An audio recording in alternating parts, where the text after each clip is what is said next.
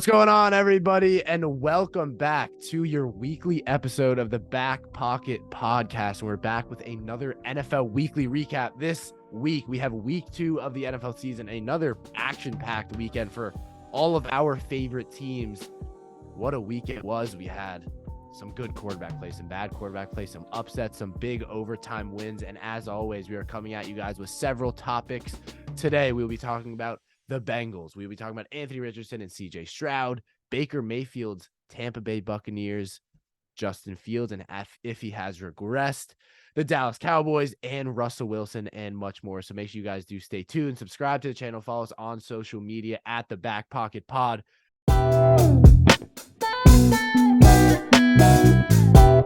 Before we get into it, let's introduce the lovely hosts on today's show. Kean McDermott, Madison, Wisconsin. Charlie Nidell, where are you coming from? Coming to you from Syracuse, New York. Dylan Challen. From Amherst, Massachusetts. And Suraj Kadali. Ann Arbor, Michigan. Gentlemen, how are we feeling on this fine Monday night? I'm feeling 2-0. I'm feeling 1-1. Yep, 1-1 as well. Not a very fun week. I'm feeling 1-1 with an asterisk because of Saquon, but you know. But for those who are wondering why we said we're coming from, obviously all first year in college, so we'll be doing every show. But without further ado, let's get straight into it with the Cincinnati Bengals, who have started off 0-2. Not 2 years ago, obviously we're in the Super Bowl, and now Joe Burrow's Cincinnati Bengals have started off the season 0-2. And I'll pose this question. We'll talk about the game, obviously, as it was another disappointing one, another just a game where you really thought the Bengals would have turned it around a little bit more. But do we think that this may be the first time the Bengals missed the playoffs since Burrow's rookie year? Charlie, I'll go to you first. Yes. I said it last week when we talked a little bit about the Bengals. I'm genuinely worried for the Bengals. The Chiefs being 0-1, even 0-2 does not worry me. And I know that the Bengals were 0-2 a couple seasons ago when they went to the Super Bowl. But the Bengals being 0-2 in a pretty stacked AFC North and just a generally stacked AFC it's just not going to bode well for them, especially if Joe Burrow misses week 3 as he's supposed to. The Bengals could very well start the season 0-3, and there's not really coming back from that in this AFC. Zach Taylor is not a good coach. We've known that. That's why I said that. That's why I said for a while, and you guys were like hating on me. Yeah, it's crazy that we can go from saying he was a coach of the year candidate a couple years ago to. But that's how quick he never was a coach of the year candidate. But this was a team. He inherited an amazing team with a great quarterback and 3 great receivers. That's why they went to the Super Bowl. Yeah, you go ahead. Sorry. That's why it's concerning, because with a good coach, you can figure this out and you can get yourself out of a hole. But you have an injured quarterback and a discouraged team after 2 divisional losses. This is a recipe for a really, really poor start. And as Charlie said, it's a tough conference and a tough league to come back in if you start 0-4, if you start 0-3. So you've got to hope Burrow's healthy and able to play at an adequate level very soon. Otherwise, you're looking at no playoffs. Yeah, and I think as an NFL fan, I think it is very disparaging that if this was in the NFC, it's a completely different story. Yeah, because I think we're getting to a point where the AFC is so much better than the NFC. It's so. I disagree. Actually, I think the AFC is. Serge, I think the NFC is on the rise, but I still think the gap is pretty wide. No, for all the talk about how the AFC is so much stronger than the NFC because of all the great quarterbacks, I think the 3 best teams in the NFL right now are all in the NFC. The Eagles, the Cowboys, and the Niners. They've easily been the 3 best teams this year. Miami. No. Miami. I'll give it to them. Miami. They're there, but they're 4th. I'd say they're 4th. They're not as well rounded as those top 3 teams. So I would say, I think those 3 are the best teams. They all come from the NFC. Granted, I will say the AFC obviously has a lot more depth in terms of potential playoff teams and potential really good teams. But I think the NFC has those 3 teams, and don't forget teams like the Lions, who I know they lost this week, but they beat the Chiefs week 1. You got teams like the Seahawks, the Rams, low-key, Puka Nacua, he's looking really good. They're going to get Cooper Kupp back. They could sneakily be a playoff team. It's definitely, I think the gap between the AFC and NFC is really exaggerated, in my opinion. Yeah, well, so whatever. I guess that's neither here nor there. But I think for the Bengals, I think really, and correct me if I'm wrong. I think the problem is the offense is not clicking how it used to, and Dylan, it may be because of Zach Taylor, but Jamar Chase has been non-existent. Jamar Chase has not done really anything these past 2 weeks. T. Higgins obviously had a better game, but besides those 2 touchdowns this past week, in terms of effectiveness and getting yards and getting catches, not much that I saw. Joe Mixon has not been great. Joe Mixon, again, a guy who should be one of the better running backs in the league. Obviously, I think last week was a little bit better than the week before, but I think for the Bengals, it's just an offense that we know has the talent to be insanely high powered, has the talent to be the best offense in the NFL. I can say that without a doubt. And Serge, you said this on last week's show where you think that offense and that team might be the most talented in the NFL, which I think you can definitely present an argument for. You look at how young and how talented at least the offense is. And you know how much they've invested in that offensive line. And then again, a guy like Tyler Boyd, who we completely forget about, a guy who's their wide receiver 3 and would be arguably a wide receiver 1B, high end 2 on a lot of teams. So I think for the Bengals, it's really disappointing. But I don't think their playoff window is shut out because of that talent, because of what we know they can do. But it is disappointing for me because I think obviously we know how good this division is, and I love the question that I posed, just if they were in even a different division in the AFC or if they were in the NFC, how kind of the storyline would be different coming out of this week. I will also say that to talk about this offense, obviously I think Joe Burrow is the number 2 quarterback in the NFL. But I'm going to go out and say it. I think that all 3 of their wide receivers are severely overrated. These are 3 good receivers. There's no doubt. But Dylan and I recorded a wide receiver tier list video the other day. I'm not sure exactly when that was posted or when that will be posted in relation to this video. But you say Tyler Boyd would be a 1B or a tier 2 receiver. I think he's very well suited as a wide receiver 3, if not, a wide receiver 4. I don't think he actually provides much to this Bengals offense. T. Higgins is a good wide receiver 2. That's kind of all there is to it. Sometimes he's good, sometimes he's not. And Jamar Chase, I think, has been so severely overrated this offseason. I think this is I think Jamar Chase is a fantastic player. There's no doubt. But the way that I think people a lot of the time look at ESPN Fantasy, their rankings, and they've got Jamar Chase as the number 2 player in the NFL, and that's just wrong. Jamar Chase is just not that good. Jamar Chase is a wide receiver 1 in the NFL most of the time. But when comparing him to the other top-tier receivers in the NFL, like Tyreek Hill, like Devontae Adams, like Justin Jefferson, he's not in that conversation for me. He's just a half a step down. That's crazy. I think Justin. I agree. Actually, I do agree with the sentiment that maybe he's half a step down, but he's definitely a clear receiver 1. He is a wide receiver 1. I said that most of the time. But the last 2 weeks, he's got 50, 60 receiving yards in 2 weeks. I wouldn't take that too much into effect, though. And I'm with you. Yeah. I'm with you. I don't think Jamar Chase is as good as the Devontae Adams, Tyreek Hill, even the Stephon Diggs is maybe. But I definitely wouldn't go as far as to say he's a step down from tier 1, because I'd say he's in tier 1. I think tier 1, but I'm saying a half a step down, and I just don't think that the Bengals now. I don't take what I'm saying too much into effect. I do still think the Bengals will probably be a playoff team this year, but what I said is what I said, and I just think the Bengals. I predicted the Bengals to lose both against the Browns and against the Ravens in these last 2 weeks.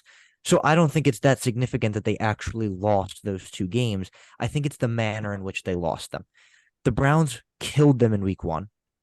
The Ravens beat them in Cincinnati in week 2. It's just super troubling. They've got to get something figured out. I think that Jamar Chase take is crazy. I think if you look at pure talent, Jamar Chase is the best receiver in the. But I'm not looking at pure talent. I'm looking at what he's done. I think Justin Jefferson and Tyreek Hill have him. I think Jamar Chase, when he was, that rookie year, that span, I think he was clearly the best receiver in the NFL. And I think he has, in my opinion, him and Justin Jefferson, I think he on his game, if I'm not saying prime Jamar Chase, but talent-wise, I think Jamar Chase, I'm taking over Justin Jefferson every single day of the week. I'm taking him over. And Tyreek. 0-2 Justin Jefferson has 300 receiving yards, and 0-2 Jamar Chase has. Be that as I it may, it's 2 weeks, so I don't know why we're taking a 2-game sample size and all of a sudden. No, I agree. I think as much as I disagree with. Let's not forget that Jamar Chase single-handedly beat the Chiefs in the playoffs, had a 267 3-touchdown game, which I don't think Justin Jefferson has ever had. I don't think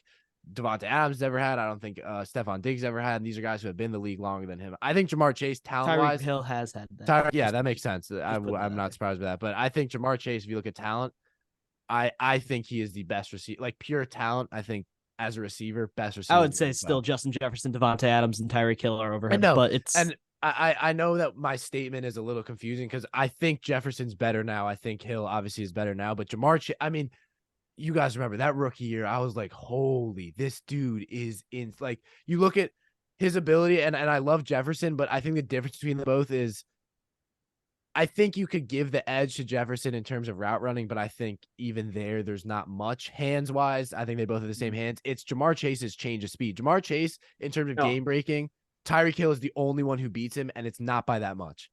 I can understand where you're coming from. I know I see what you're trying to say. I agree. I think Jamar Chase does edge out Justin Jefferson in terms of home run ability, and that makes sense because he like flies up the field, and that makes sense. But in terms of route running, I don't think it's even close. Jefferson, other than Devontae Adams, the most refined route runner.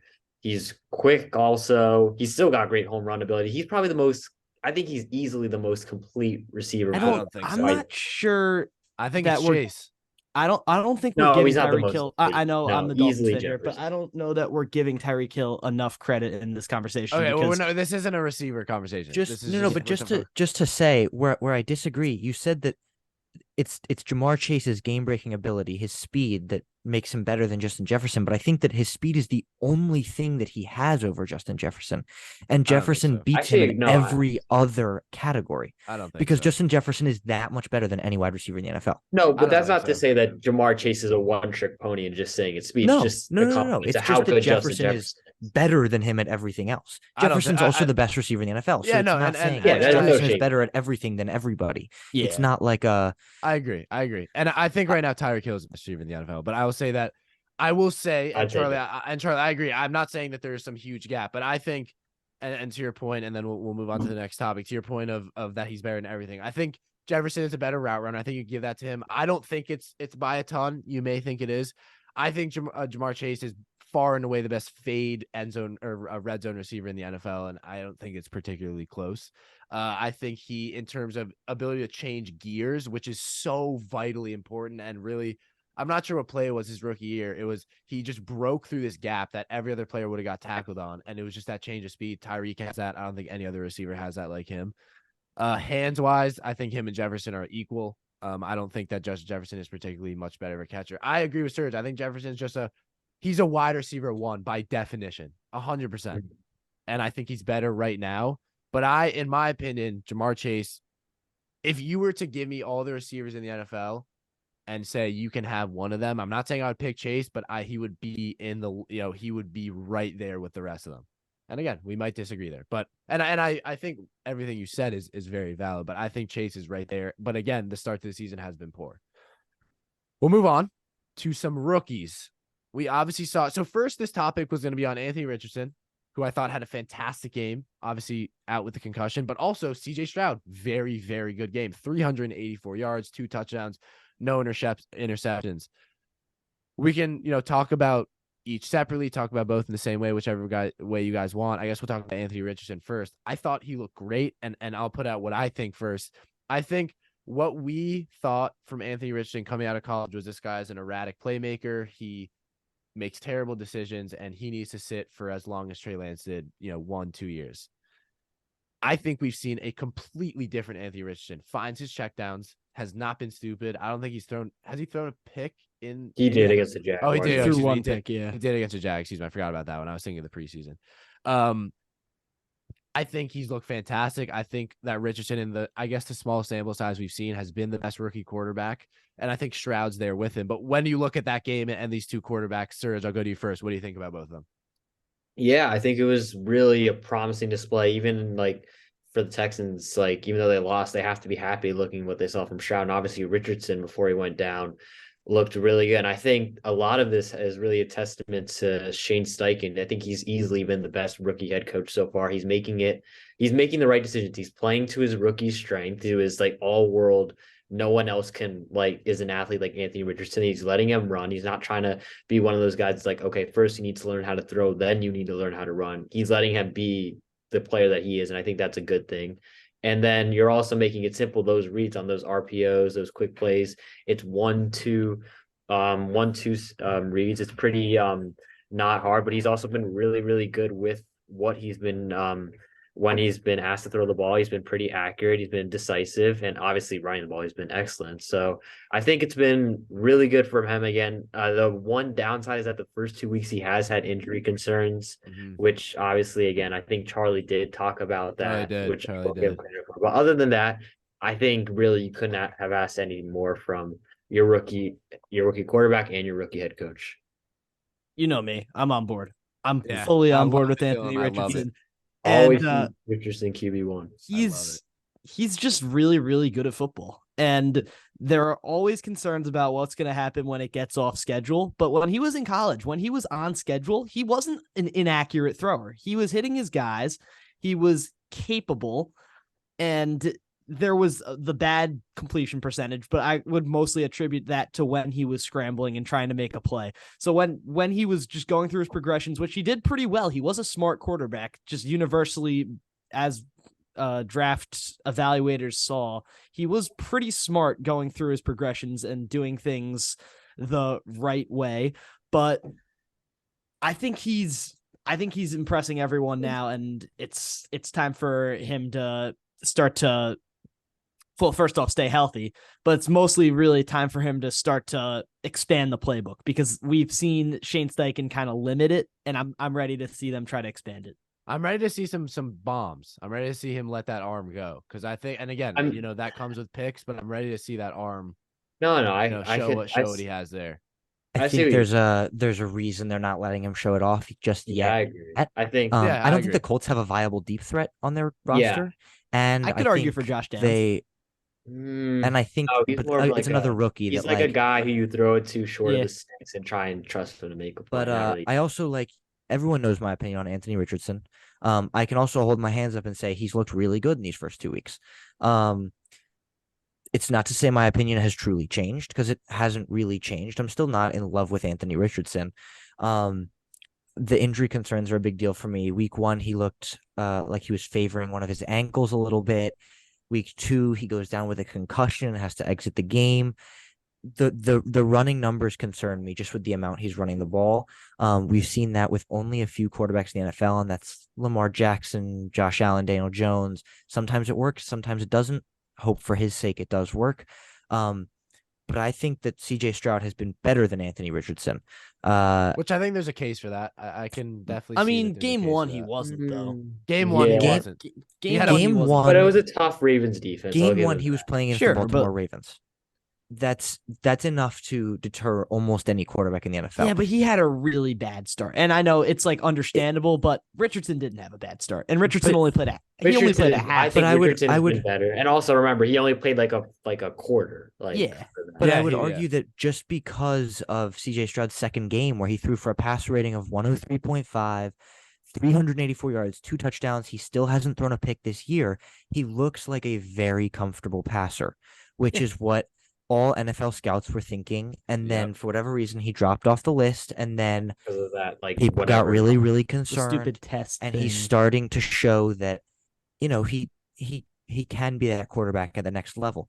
What concerns me for CJ Stroud, and what also concerns me with Anthony Richardson, is neither of them have won a game in the NFL yet. Obviously, the Colts won against the Texans this week without Anthony Richardson at the helm. He did start the game, and he looked really good. Not to say that he hasn't won a game, but he hasn't closed out a game yet. CJ Stroud has yet to win a game against a pretty poor Colts team in general. And Richardson's only win, which he played half of, was against a really bad Texans team. So the winning will come. Obviously, Bryce Young hasn't won a game yet either. So there's that. But I don't know. I think both of them have looked solid, but they're rookie quarterbacks, so I'm not gonna jump on it too much. They've played 2 games. I'm not gonna say one of them's great, one of them's terrible yet. Except for Anthony Richardson. But yeah, and I think I think Charlie is a viable case. I don't think it's been huge bombs, but I think when you look Bryce Young, obviously, playing right now. But no, I think for Stroud, and I think Charlie, you said it perfectly, is like he's the quarterback that people liked. He's a quarterback that we saw in college, really good in the pocket, accurate passer, arguably the most accurate, hits his receivers, and that's what we saw, like almost 400 yards yesterday, which is, Justin Fields hasn't done that yet, which we will get to. But I think, again, I think really efficient guy, and definitely CJ Stroud. You can see the stepping stones where if they get some guys around him, which they will do in the next 2-3 years, they will be a playoff team and they will be a contender in that division. So again, I think just positives and positives that we'd like to see. And I, it is a little surprising that Bryce Young isn't as much in the headlights. Obviously, we know, the position he's in, but I think for a Texans team that really was just awful, it looks good. Nico Collins looks really good. Tank Dell was fantastic. Tank Dell, 7 catches or 10 catches? He had, I think, 70-something yards, a touchdown. Tank Dell, a guy who, I loved, obviously, coming out of the draft. So I think the Texans certainly have the pieces around them, but we'll move on. This is my favorite topic. This is going to be my favorite. I think we will either have the same opinions. We will have very different opinions. Baker Mayfield and the Tampa Bay Buccaneers. Who would have thought? They look great. The Bears team where they looked like they were going to lose in those that first half, two stops, field goal block. But Baker Mayfield. And again, I'll say what I think, and then I'll look at you guys. But I think a quarterback who obviously we have we really have counted out. And I think for good reason. And I think, for very good reason. But he's gone into a Bucs team, and he's done what Baker Mayfield does. If he gets protection, if he gets a little bit of time, he's an accurate passer. He can drive the ball downfield. He's a game manager. The Bucs offense have managed the past 2 games against the Vikings and Bears, and I think that's what's won them the game. You look at the Bucs, and I know a couple of the drives it did end in field goals, but just methodically driving downfield. Rashad White looks like to be their franchise running back. He looks great. And the receivers, Mike Evans looks really good. Chris Godwin. We kind of forget about the weapons they have, and then the defense. We forget about what they have on that defense. They still have 2 All-Pro linebackers. They have Vita Vea. They have Shaq Barrett. Their secondary look great. They're always hungry, looking for the ball. Obviously, Antoine Winfield, I still think one of the most underrated safeties in the league. So I think for the Bucs, a team that none of us really liked, I 100% counted them out, but they're 2-0, and in again a weaker NFC, they look to be a team that could definitely make the playoffs. Dylan, I'll go to you first. What do you think? So I was a Baker truther up until the Carolina days, and that was the end for me on him. And I like the fact that he's able to manage the game in Tampa and do a solid job with good pieces around him. But I want to see what starts to happen when it hits the fan, because I haven't seen Baker under pressure yet, and that's when the problems arise. And I don't trust Tampa and their O-line and their team around them and their coaching staff enough to make it so that it's going to be all sunshines and rainbows for Baker Mayfield. So right now it might look good. Got to remember there's going to be problems, and Baker is not the problem solver. Yeah. Yeah. I think he's good, like, as a placeholder QB. I think he's been, like, kind of, again, doing a good job managing games for them. The Bucs have been good, albeit it's against 2 teams that, I mean, the Vikings, they're okay. I think but their defense is bottom 5. Their defense is bottom 5. I mean, they won 13 games last year. Yeah, that is true. Their defense was statistically bottom 5 last year. But still won 13 games. Yeah, but it was a very, I don't want to say lucky, but definitely they did get a lot of good bounces their way last year.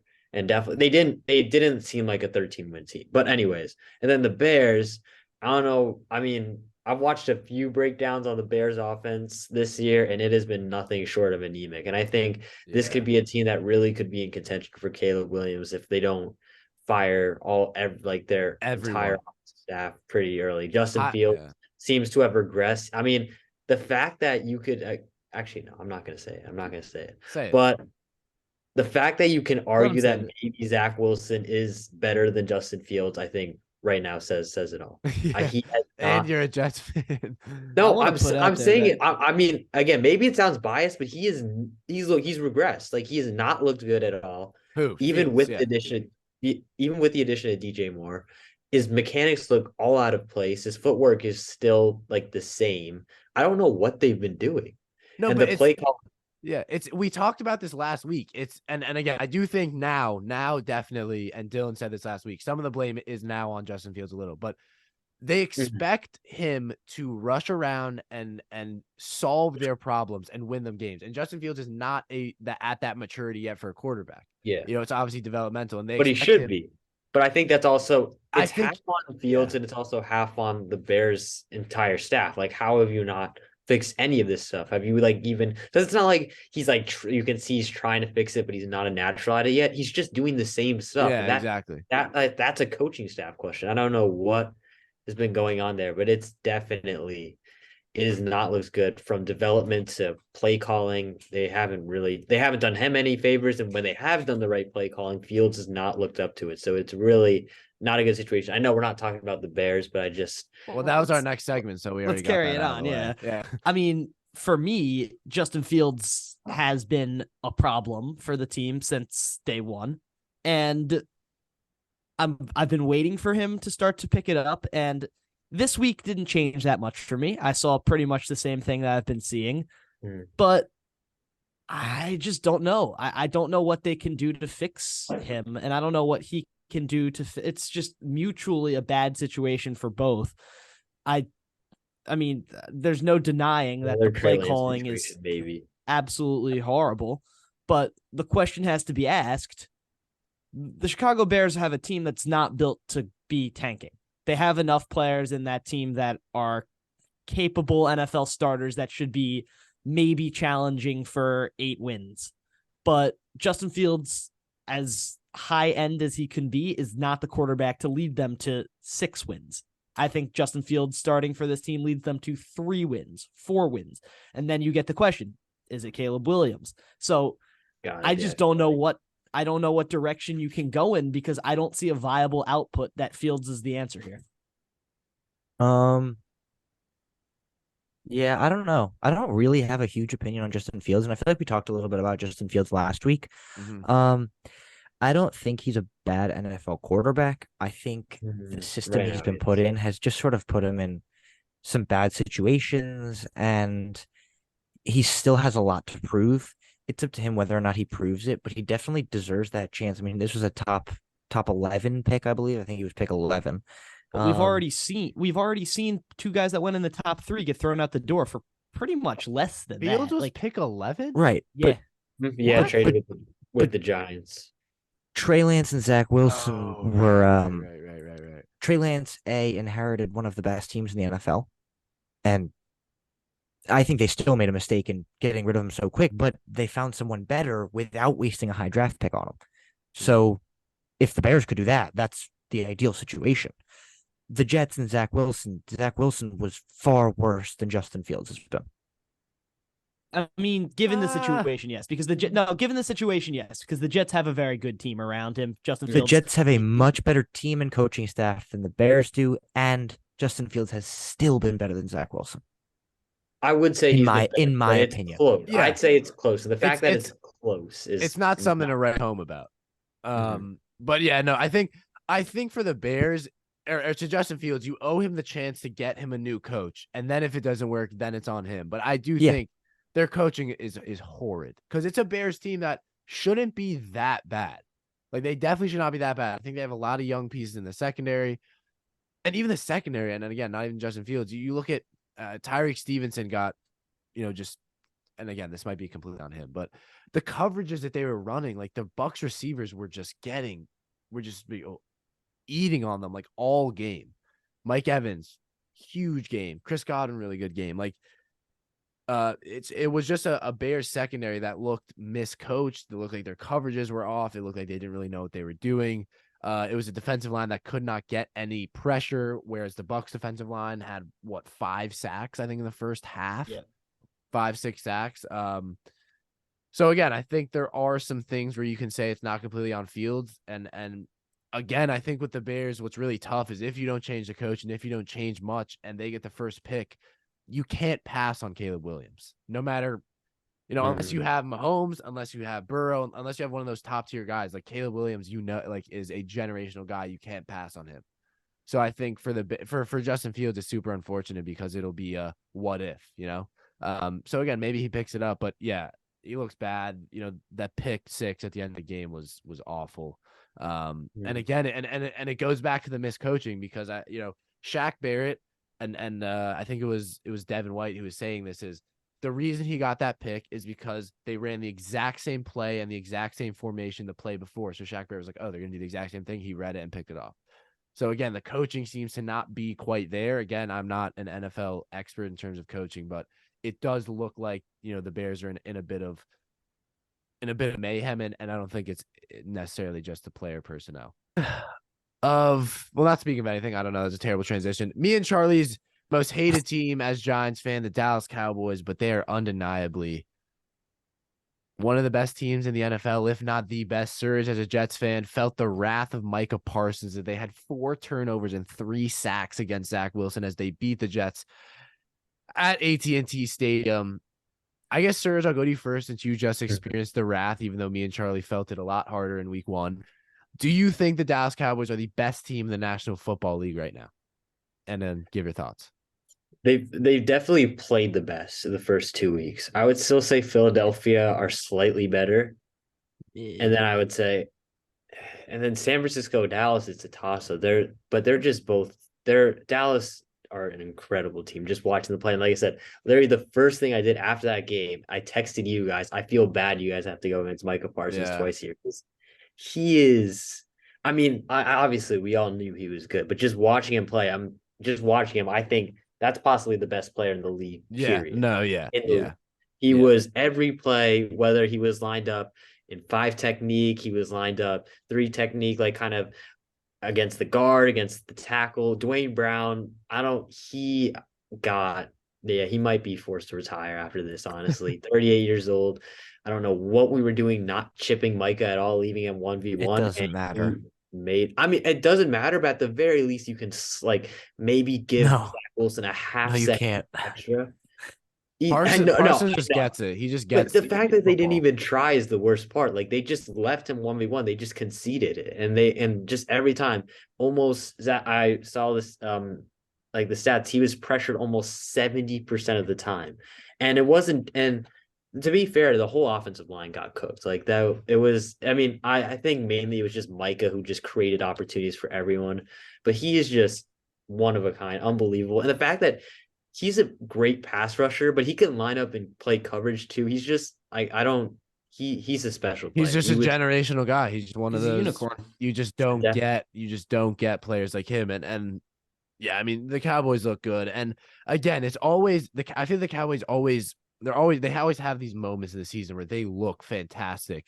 This year, I will say looks different. It looks different. Yeah. But I will never ever, as long as Dak is their quarterback, think that they are going to go all the way or say, I just think there's going to be a 3-4 week game span where they're like, wow, this team sucks. Yeah. So I just always take with a grain of salt. And as a Giants fan, I love it, but it's just, I can never fully trust the Cowboys to kind of drag out a whole season of success because there's always that bump. And for some reason, the Cowboys just tank whenever they hit. And they got to get over adversity. They got to get over the San Francisco hump. That's the main thing. I think they're as good of a team, if not better than San Francisco, but they've had their number every time in the playoffs and the regular season. And then Philly's more evenly matched. It depends on who's home, but that'll obviously be tough as well. But just like watching them play, Dak, he looked, I'm going to be honest, I thought the way we could win this game was by maybe kind of forcing like Dak, not even to a couple turnovers, but just kind of like making him play scared. Obviously, we have a really good defense, but he was really good. CeeDee Lamb, again, another player who dominated that game. He was lining up everywhere. He was getting open all the time against anyone who wasn't Sauce Gardner. And it was just, and speaking of Sauce Gardner, big play really could have turned around the game if he hadn't dropped that picks that what would have been a pick 6. That was a huge moment. But overall, even though there were moments like that, another moment Garrett Wilson he would have had a touchdown if DeMarcus Lawrence hadn't hit Zach Wilson's hand right before he threw it. But looking at it, Dallas dominated time possession.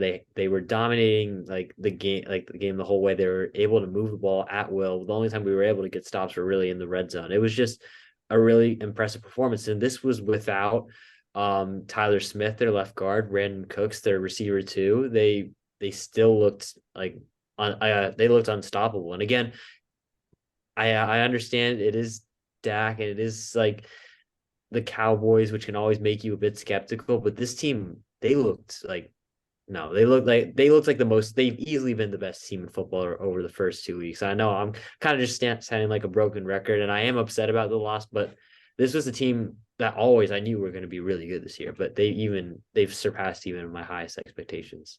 I mean, I'm going to play devil's advocate here. You just lost 40-0 to them. How are you playing devil's advocate? No. But listen to me. We lost 40-0 to them, but then also lost 20-0 in the first half against the Cardinals. How does that help you?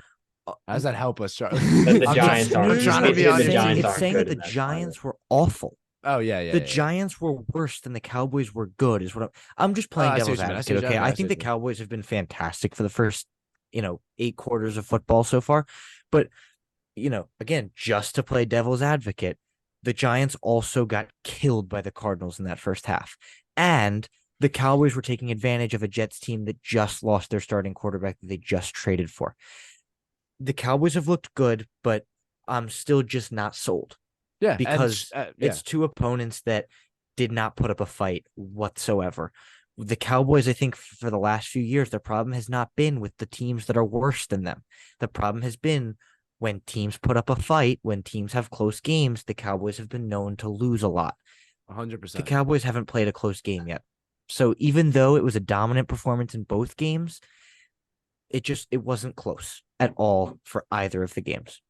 Yeah, I mean, you can't argue with that. History. I'm first to admit when I'm wrong. I had the Cowboys going 8-9, missing the playoffs, but I think they're going to win the division now, just based off of the way they've played. I think they've been unbelievably. I haven't seen a flaw yet. And I mean, Dak Prescott, I'm not high on him. I don't think he's the greatest quarterback, but he's not going to lead you the wrong way in the regular season. Tony Pollard's a better starting running back than Ezekiel Elliott. CeeDee Lamb, I think I'm wrong about. I'm starting to reform my thoughts on him. I mean, they've switched my mindset on pretty much everything other than Michael Parsons, who I've always seen as incredible because he's always been nothing short of incredible. But they have played absolutely outstanding. And I don't care what football team you're playing. I don't care if it's the Texans and the Cardinals. If you're putting out that output in the first 2 games, I'm always going to look at you in a different light. And they have proved me completely wrong. No, I agree with that. I think what really has changed my mind the slightest bit with them this year is the defense really looks elite and looks like it could be arguably the best defense in the NFL. Like, they look fantastic. The past year or 2 years, especially with all the Trayvon Diggs stuff, I was always like, no, that defense is fraudulent. They're not that good. But this defense is unbelievable. I mean, as much as it hates me as a fan of the Giants, I mean, shutting a team out at home in the season opener is ridiculous. And then also putting, it's not like the Giants offense is terrible. No, and the Giants won a playoff game last year. So I agree with both sides. I think Charlie's completely right because history literally backs it up that the Cowboys have not been able to, they just have not been very, you don't have a lot of stamina, is what I'll say. But also, I mean, flaws wise, like Dylan said, there just haven't been very, very few. Yeah. One of the things that really have shocked me the most, and one of the few concerns that I had that now have completely transformed, was I was scared. I mean, I know Cowboys fans weren't the biggest fan of Kellen Moore, but now that Mike McCarthy was going to call plays, hadn't called plays for a while, obviously kind of overstayed his welcome in Green Bay. I thought that could be something that maybe could hold them back, but if anything, he has done a great job calling plays. Like they've looked a lot more dynamic. Looks like a new coach, yeah. Yeah, I thought from the moment he was hired in Dallas, that was a mistake. And I think that's what most people thought too. They thought he was over the hill. He wasn't going to worth it as a head coach anymore, but credit to him. He's been great for that offense. He's been able to use weapons like Lamb, Pollard. Cooks he hasn't used yet, but I think he'll be a key part of that offense as they go on. Guys like Kevontae Turpin, sometimes when he's like Deuce Vaughn too. Deuce Vaughn, Powell also pretty good. I think he's done a great job calling plays so far, and that offense has looked has been a lot more unpredictable than last year. And I think that's, again, I just keep on heaping praise on the Cowboys, but that was just, yeah. I mean, it was a complete performance from top to bottom. I didn't really, like Dylan said, I didn't see a flaw there. Yeah, and we'll move on to the next one. And this is a guy who we have not, I think, as a channel, done our due diligence in talking about him, and that's Russell Wilson, and I guess the Broncos as a whole. I think when I look at our podcast and just look at, obviously, the hundreds of episodes we've done, I feel like Russell Wilson's a guy that we don't talk about that much, and I might be completely wrong. I see that, yeah. But obviously, the storyline for the Broncos this year was, wow, that was probably the biggest letdown an NFL team has ever had, coming in with preseason hype last season. Now we have Sean Payton, a proven winner, proven playoff winner, did fantastic with Drew Brees in New Orleans. And then they lose with an 18-point lead at home to a Commanders team that's, average to below average. And Russell Wilson looks like a really bad closing quarterback when he was arguably one of the best in Seattle. So I always like to pose the questions that I guess focus your thinking, but also just, talking about Russell Wilson, talking about the game, and if that, the Sean Payton Russell Wilson relationship is not working, do we think the Broncos will have a new starting quarterback next year? Charlie, I'll go to you first. It's so hard to tell, because while Russell Wilson and the Broncos' performances haven't been top tier, you don't just replace a guy like Russell Wilson. I don't see him getting traded again. And if he does get traded, it will be for nowhere near the value of the first time. But I think there's been a lot of improvement from the Broncos from year one with Russ to year two with Russ. They've lost 2 games, but with a -3-point differential over the course of those 2 games. I was sitting in the dining hall after watching an intense Giants game, and I was just, eating my food, and just a roar goes up because they had completed a Hail Mary to that was insane, potentially tie up the game. And then obviously they didn't complete the 2-point conversion to actually tie it up. But I just want to put out there, that was possibly the worst Hail Mary defense I've ever seen. Honestly. What was like AJ Green against the I was about to say that. That's what it reminded me of. Like, why are you tipping the ball up? Yeah. No, but I mean, to put up 33 points, it's an improvement on last year, and they've lost 2 very, very close games. So I think that Russell Wilson's future with the Broncos and Sean Payton's future with the Broncos are very much up in the air right now, and it's really hard to predict one way or the other. I would lean towards, if I had to make a prediction, Russ will be the starter in Denver next year and for the next few years to come, unless he retires. But again, that's not an outcome that I see being very likely. So I think that Russ will be the starter next year, and I think the Broncos could still win 6 or 7 games this year. Russ stays this year. I don't see any other possibility, just because they've put themselves in a situation where they need Russ to stay the next 2 years before maybe they tank and they let Russ walk out. But I don't think he looked bad this week. I thought he looked actually really good this week. I think the bigger problem. I think the bigger problem's the defense. The defense I agree with you, Dylan. Real problems. But if you look at the stats and you look at previous Russell Wilson, like if you guys think of Russell Wilson, you'd be like, yeah, he's a great, he can close out games. He can win games. He looked great in the first half, Dylan, and I agree with you. But you look at the second half, 1 for 1, less yards, worse passer rating. It's just that closing for us. He seems to have lost some kind of edge, whether that be definitely a coaching thing. I fully agree. And I agree with Charlie. I think obviously the contract of the game is massive, and how do you move on from a guy like Russell Wilson because he is so good? It's not like a Justin Fields conversation because Fields is not in a huge contract and not proven. But I think if you're the Broncos, and I don't see them being in a position where they get a top 5 pick, but say somehow it's just another terrible season, it's a good quarterback class. It's a very good quarterback class. So do you just cut the losses and go for a new guy? I'm not saying whether they will or not. I actually don't know myself if they will or not, but I think the reason you got Russ is because of his edge, is because he's an upper echelon quarterback who is going to be better than the guy against you week in, week out. And I think for the Broncos, unfortunately, in my opinion, he has not been that since he's been there. Yeah. I mean, he lost to Sam Howell, who I also will say, not to discredit Russell Wilson at all, It's actually sort of to bolster Russell Wilson, but it might sound like the opposite. I think the problem is not Russell Wilson, it's the rest of the team. And that's pretty obvious to me because when you look at the Seahawks team that he was playing with before the Broncos, he had Tyler Lockett, Doug Baldwin, Jermaine Kearse, DK Metcalf for a little bit, and now he's working with Cortland Sutton, Jerry Jeudy. Give me a second to name any other receivers. The Seahawks also had one of the most memorable defensive groups in NFL history in the Legion of Boom. Probably the most To memorable. be fair, last year's defense was one of the best in the league. And the Broncos were looking at, they've got Patrick Surtain, who is, I think, the number one corner in the NFL, Justin Simmons, who I think is a top 5 safety in the NFL, and that's about where it stops. There's not much else on the defensive side of the ball for the Broncos.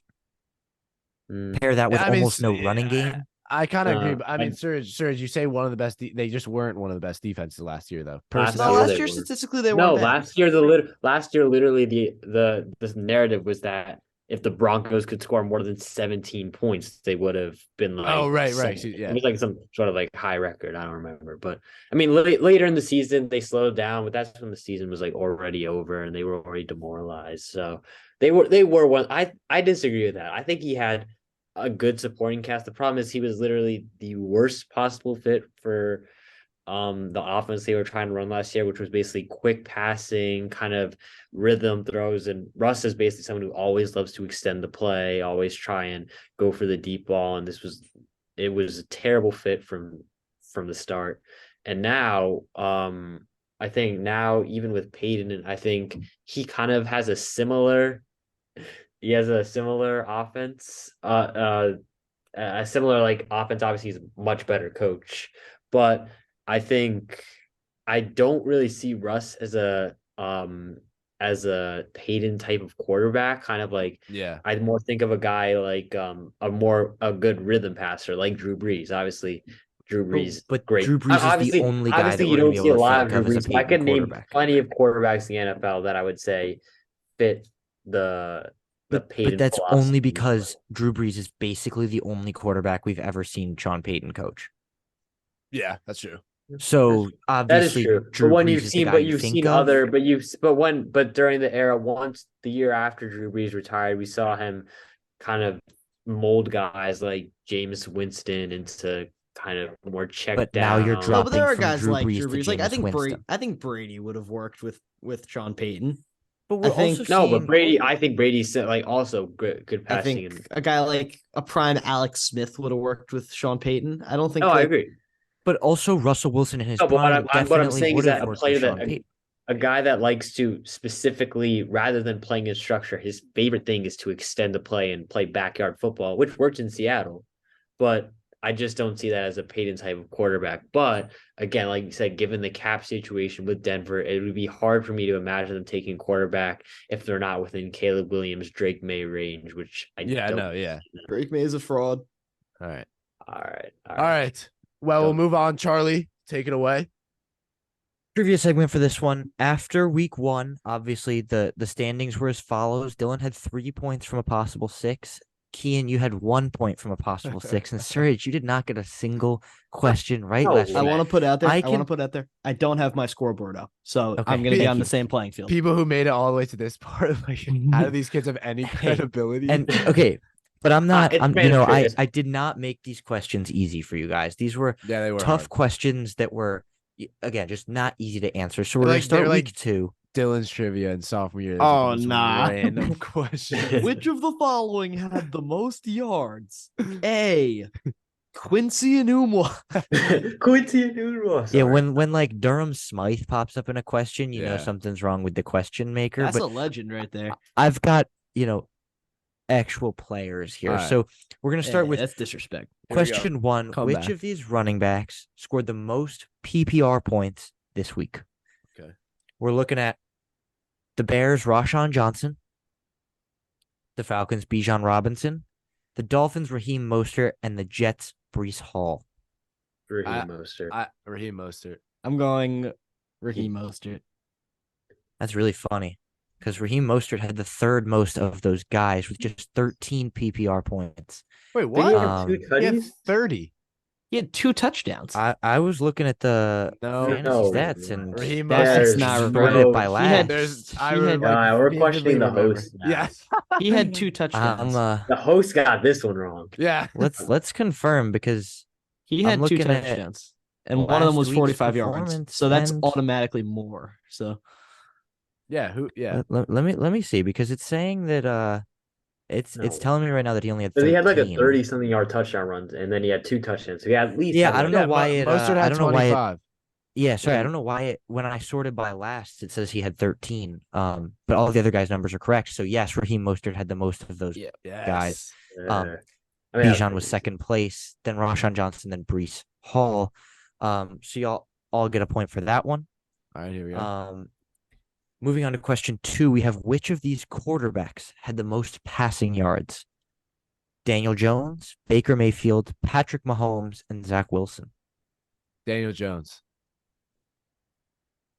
I'm gonna say Daniel Jones also. I'm gonna say Baker Mayfield.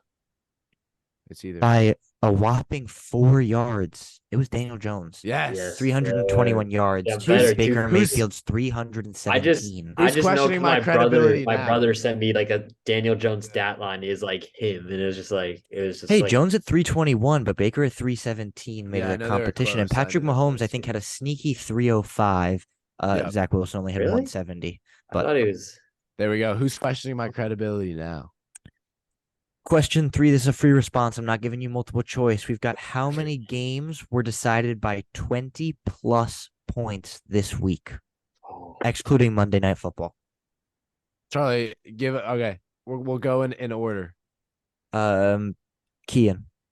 I think 3.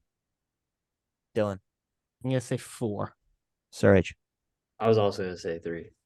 The answer is 2. Damn. So none of you are going to I was get gonna credit for say that one. 2. We had the Jets Cowboys, and we had Wah wah. totally blanking on whatever the other one was, but it was a blowout. Even worse than Jets Cowboys. So Yes, sir. we're gonna move to question 4. Oh yes, sir. Um, Your blowout was the second worst. Hey, you take the little thing. Also, we're 1-1. We're not even that bad. Yikes! Wait till you guys play Micah Parsons. Then I'm let's see excited. who's talking. I'm excited. I'm excited. Question 4. This one's gonna be a tough one. I'm not expecting you guys to get this one. It's probably gonna be a guess. But which of these players had the most tackles this week? Oh. Awesome. You've got Oh. Fred Warner, Tremaine Edmonds, Quay Walker, and Foyesade Aluakon. Aluakon's a tackling No one would demon, I put know. Foyesade Aluakon in a random. No. Foyesade he would. Aluakon is Serge, one of the best No, linebackers yeah. in the NFL. Serge, Aluakon, I think, was a tackling Actually- leader last year. Aluakon, I Yeah. know. Really? I'm gonna Aluakon go- is a demon. I but think you know. it was Quay Walker. I was gonna say Quay Walker I think also. it's Quay Walker. I'm gonna stick to Aluakon. The answer is Quay Walker. Let's go, Aluakon bro. actually had the least of these 4 players with 10 Yeah, Dylan, tackles. stop copying me, bro. Bro, I Quay was gonna Walker say it with right before you 17 said it. tackles. The Green Bay native. Actually, he's Now, not from Green Bay. Never mind. Similar to one of the questions last week, you guys are going to work together for this one. Oh, You get no. 5 guesses to name the 2 players that scored damn it. defensive touchdowns this week. Okay, so Shaq Barrett Yep. Mhm. and someone Okay. got a fumble. one It other? was it Parsons who got a fumble recovery touchdown? No, it wasn't a touchdown. It was because he was down. Okay, so Barrett. Wait, Charlie, it's 2 people. 2 people. Yeah, Barrett's one. You Barrett can give was us one that of them. point. Barrett's one. And excluding Monday night, because Excluding Monday night. It was a fumble recovery. I know it was. Or was Trying it a to think. kick? I actually can't confirm or deny that because I don't remember. That was Parsons. I thought it was in the Jets game. No, because it was a touchdown, It but wa- it was okay. by contact. It wasn't in the It was Giants originally a game. touchdown, Oh, it but was it Dante Highsmith. Oh no, that was today. God damn it.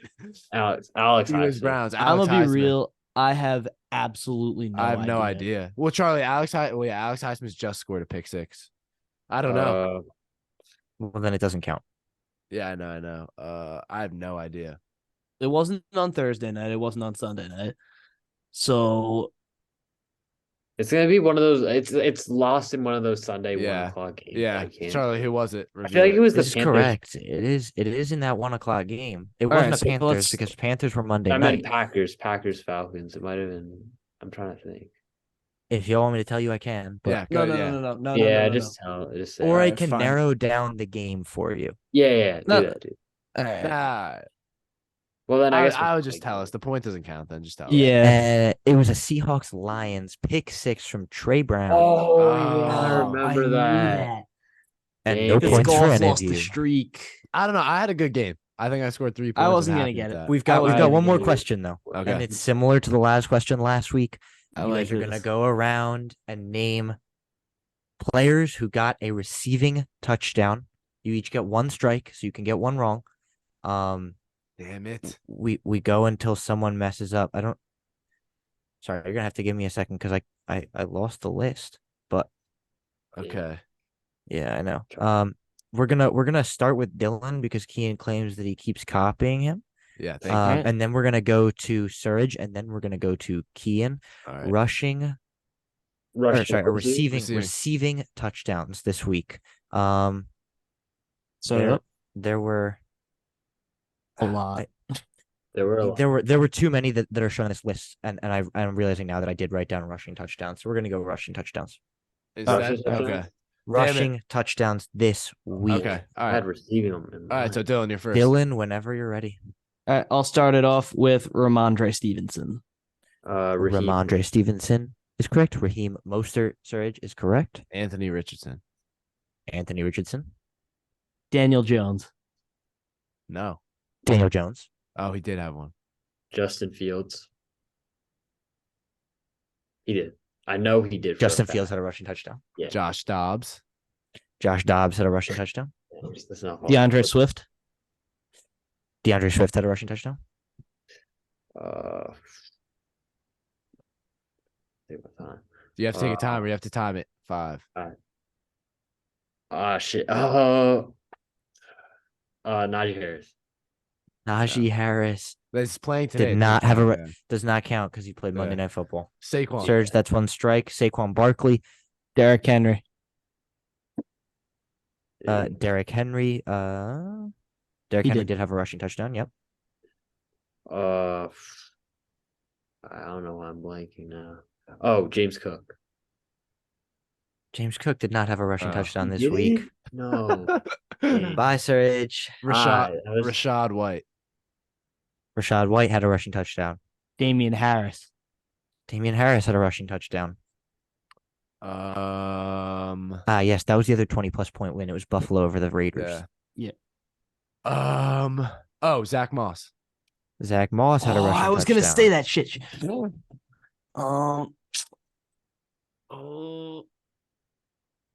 Let's get a countdown. Damn, I can't think of one. No. Samaje Perine. Samaje Perine No. did not have a rushing Did not. touchdown this week. No. 1 strike for Dylan. Kian?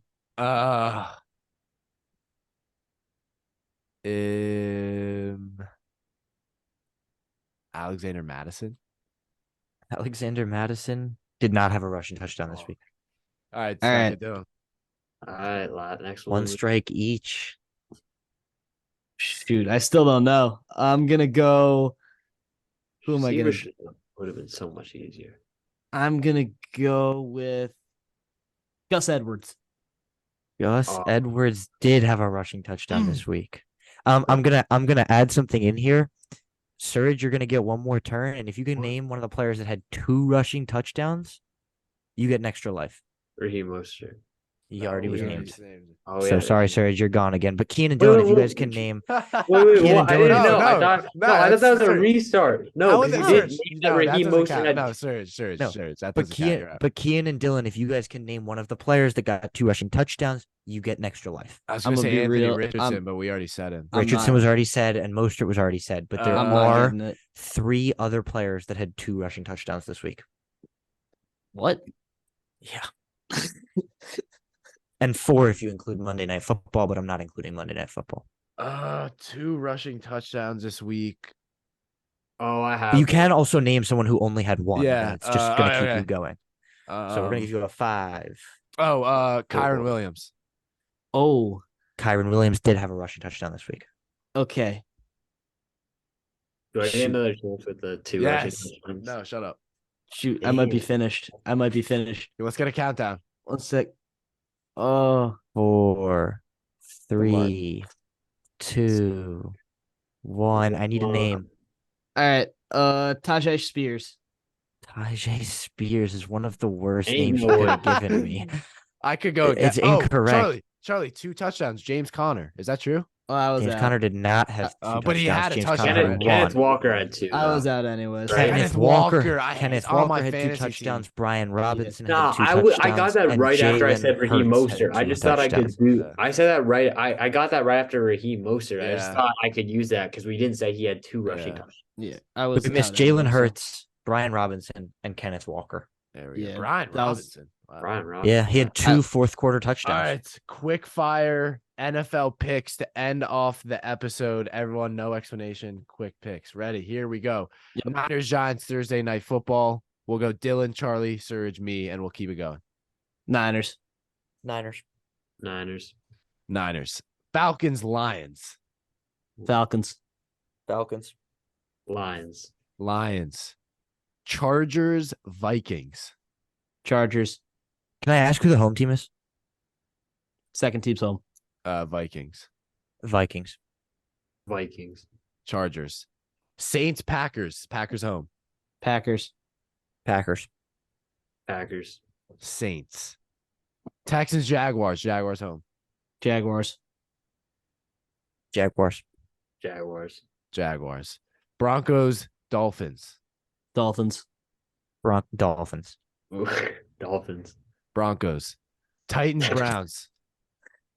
Titans. Browns. Sorry, didn't we already do the Titans? No. No. It wasn't Titans, Jaguars? No, it was No, No. Texans. Texans. Texans. Jaguars. Texans, Jaguars. Sorry. Yeah. Surge, Titans, anyway. Browns. Browns. Browns. Bills, Commanders. Commanders. Bills. Bills. Bills. Colts, Ravens. Ravens. Ravens. Colts. Ravens. Patriots, Jets. Patriots. Patriots. Patriots. Jets. Panthers, Seahawks. Seahawks. Seahawks. Panthers. Seahawks. Bears, Chiefs. Chiefs. Chiefs. Chiefs. Chiefs. Cowboys, Cardinals. Cowboys. Cowboys. Cowboys. Cowboys. Last game. Wait, never mind. Not last game. Steelers, Raiders. Raiders. Steelers. Steelers. Raiders. Eagles, Bucks. Ain't no way you pondered that. Eagles. Eagles. I wanted to have fun with it, but I'm not going to be unreal. It's Eagles. Eagles. Eagles. Very close. Eagles. Rams, Bengals. Super Bowl rematch. Rams. Tough one, actually. Bengals. Bengals. Bengals because Cincinnati, they, I have to say. Bengals They 'cause can't. They need- won't start 0-3. They need That's to win hard. this one. So I asked the question. We have very little time left. What's everyone's lock of the week? Cowboys. Cowboys. Yeah. Chiefs. Damn it. Yep. Cowboys. All right, ladies and Um, gentlemen, that wraps up the episode. Thank you all so much for watching and listening. Make sure you guys tune in next week. I think we have a schedule now. We record Monday, post Tuesday. Hopefully, we'll keep doing that. If we do more, we will be getting Charlie and Dylan's tier list out to you guys this week as well. So make sure you stay tuned for that. Keegan McDermott, Charlie Nidell, Dylan Shalom, and Suraj Kadali all coming at you from various states in the United States of America. And we plan to do that throughout the year. So make sure you guys stick with us. We thank you all so much for watching, and we will see you in the next one. Peace out.